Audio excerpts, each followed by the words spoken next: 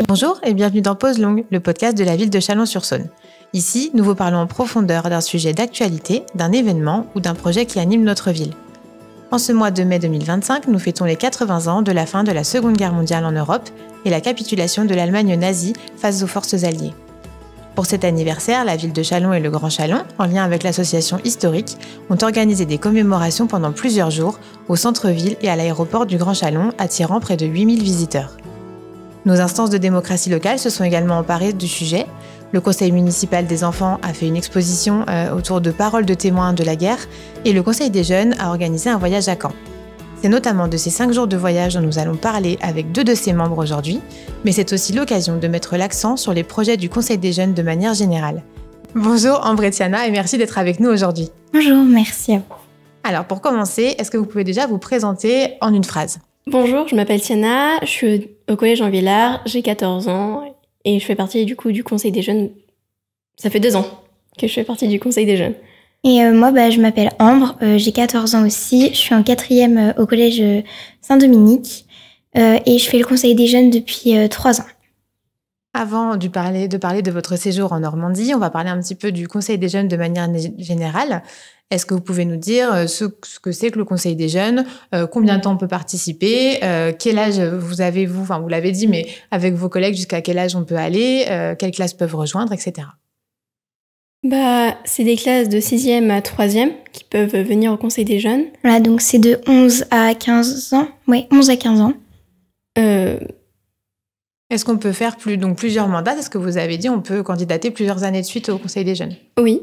Oui, on peut candidater sur les 4 ans. Donc, on peut faire le conseil des jeunes de la 6e jusqu'à la 3e sans interruption. Et pendant l'année, comment ça marche ? Vous vous voyez toutes les semaines ? Une fois par mois. Oui, une fois par mois. Pour travailler donc sur à peu près entre 3 et 4 projets par an, c'est ça ? C'est ça, des projets ou juste des réunions où on apprend à se connaître au début d'année, etc. Bien sûr. Ok. Et maintenant, on va parler donc du sujet central du podcast, votre séjour en Normandie. Donc, vous êtes parti 5 jours, donc à l'occasion, je le répète, du 80e anniversaire de la fin de la Seconde Guerre mondiale. Est-ce que vous aviez déjà entendu parler de cette région de France, des plages du débarquement, etc. avant de partir ? Et est-ce qu'il y avait des choses que vous vouliez plus visiter que d'autres ? Oui, en cours d'histoire. Comme je suis en 3e, du coup, on parle de la Seconde Guerre mondiale et du coup, on parle du débarquement à Caen et dans le sud aussi. Du coup, ça m'a fait plaisir de visiter Caen et les plages du débarquement pour pour consolider l'histoire que j'ai fait avec le collège. Ok. Moi, personnellement, j'avais déjà effectivement entendu parler de Caen. J'avais entendu parler des plages, du débarquement, etc. Et je voulais particulièrement voir le grand cimetière, le mémorial où il y a les Américains. Voilà, ça m'intéressait beaucoup et j'ai été contente de le voir. On va y venir, c'était ma prochaine question. Vous avez commencé le voyage avec les places du débarquement, Gold Beach, la batterie allemande de Longues-sur-Mer et le cimetière américain aussi. Racontez-nous un petit peu la visite sur place, comment ça s'est passé et quels étaient vos ressentis quand vous étiez là-bas. Moi, je trouve que pour le cimetière américain, c'était impressionnant quand même de voir toutes ces tombes, toutes ces personnes qui sont mortes du coup pendant la Seconde Guerre mondiale. Ouais, c'était poignant et au niveau des plages, j'ai trouvé ça très impressionnant aussi puisque en fait il y avait on n'arrive pas à se rendre compte quand on voit les plages qu'il y a des milliers de personnes qui ont traversé ces plages et qui sont mortes pour nous aujourd'hui et c'est assez poignant. Donc, vous avez aussi visité le musée mémorial de Caen à cette occasion. J'ai vu qu'il y avait de nombreuses salles et de nombreuses thématiques. Est-ce qu'il y a des choses dans ce musée qui vous ont plus marqué que d'autres et dont vous gardez des souvenirs à l'occasion de ce voyage ?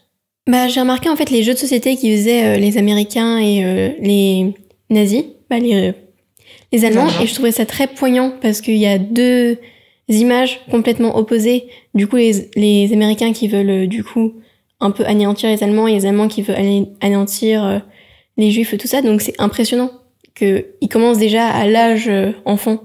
D'accord, c'est des jeux de société mais adressés aux enfants, c'était pas des choses qu'ils faisaient... D'accord. Oui. Ok, donc ça a un souvenir assez particulier.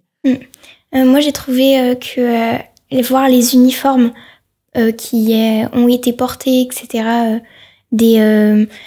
des juifs dans les camps, etc., tous exposés au musée. J'ai trouvé ça assez particulier parce que on a du mal, pareil, à s'imaginer des personnes dans ces uniformes et qui, malheureusement, sont pour la plupart décédées.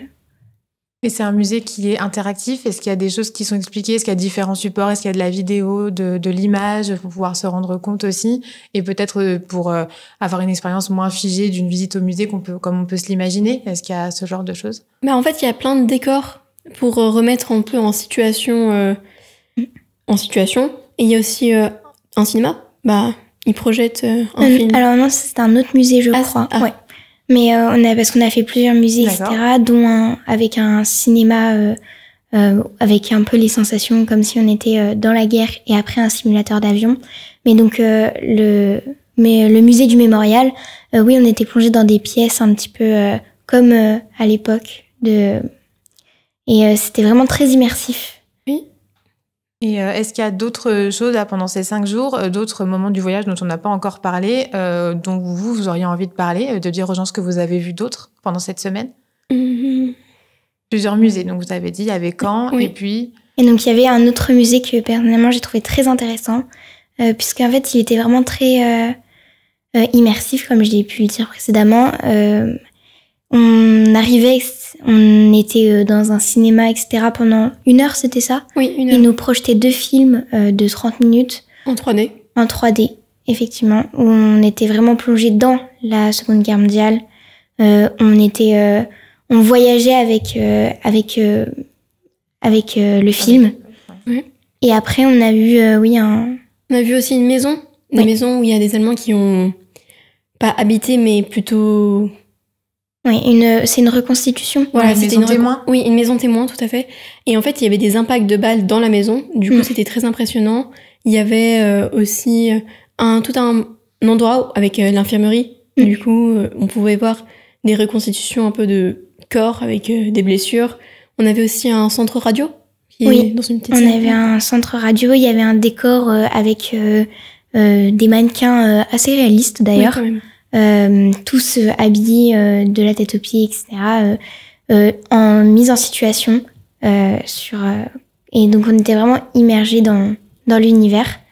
Et puis il y a eu le simulateur d'avion, donc on est allé dans un avion entre guillemets simulateur où on traversait la Manche, donc on partait de l'Angleterre pour revenir à Caen dans l'avion dans le simulateur, et on était secoués, et puis à la fin on se crache. Et c'était assez émotionnel.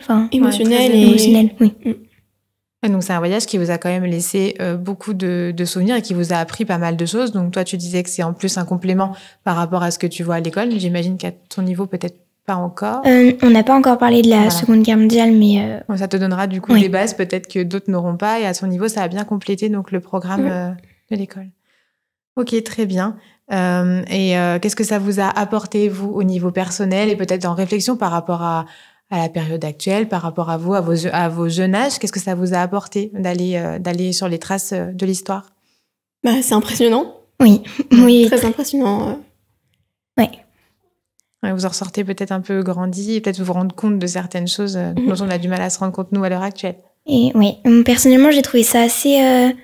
on se rend compte vraiment qu'on est chanceux, nous, maintenant, d'être dans un pays, entre guillemets, en paix, par rapport à d'autres pays qui sont actuellement en guerre. C'est assez... on se rend vraiment compte de ces choses-là.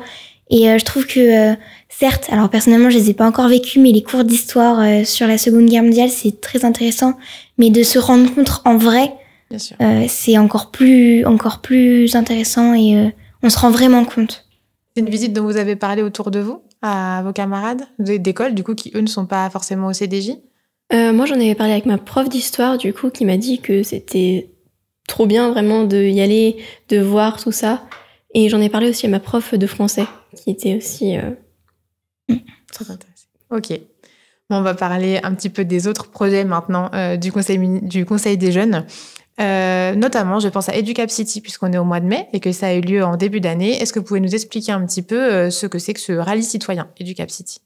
Alors, c'est pour les 6e, du coup. Donc, 6e de tous les collèges.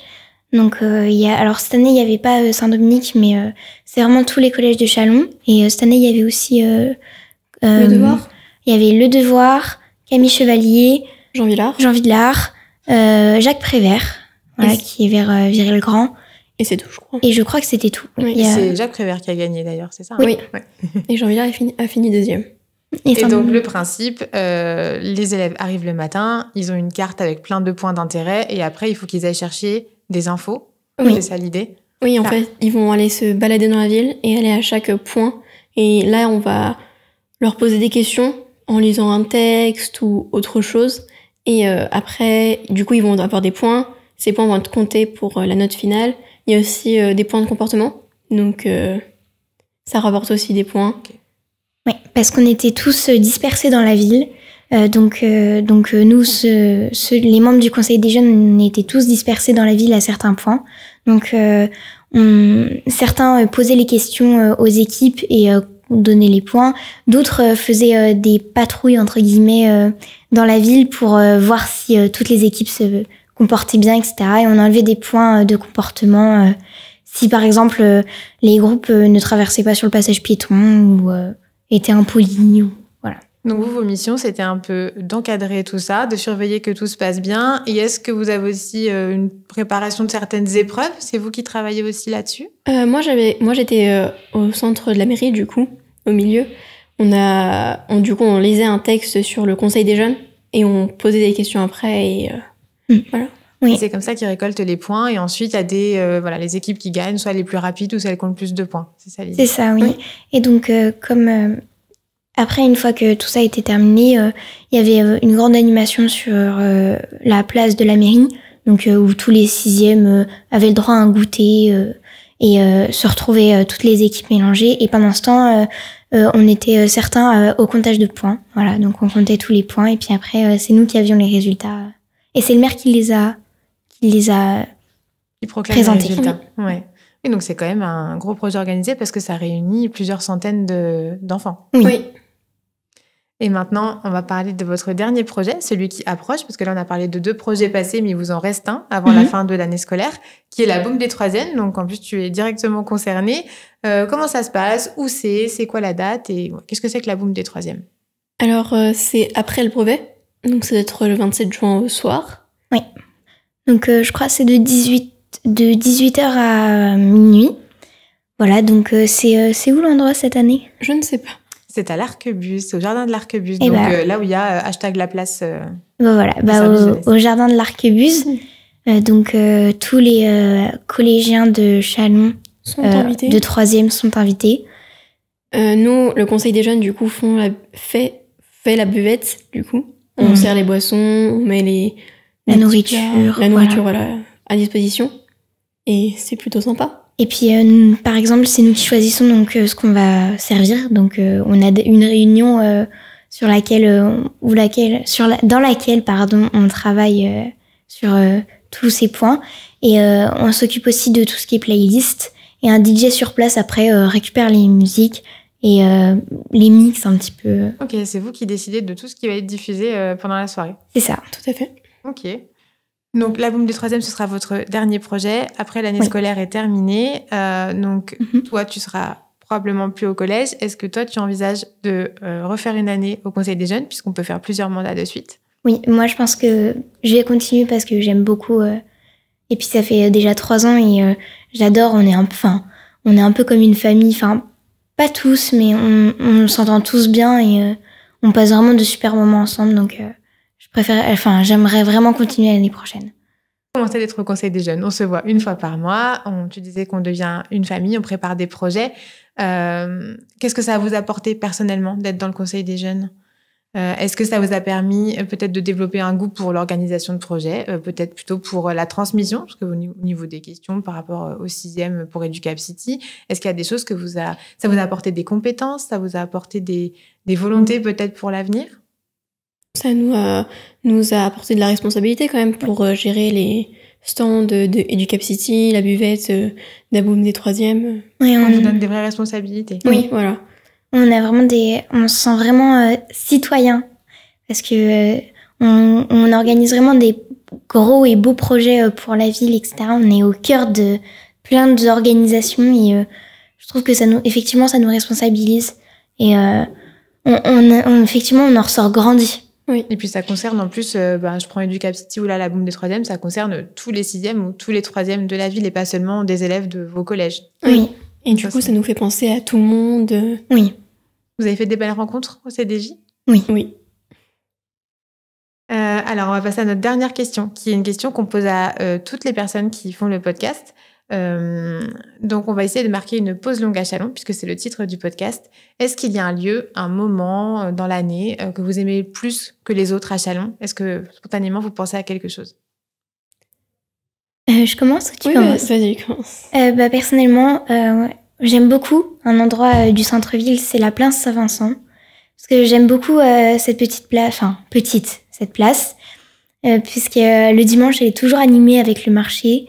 Quand il fait chaud et beau, on a toujours les cafés qui sont tous ouverts.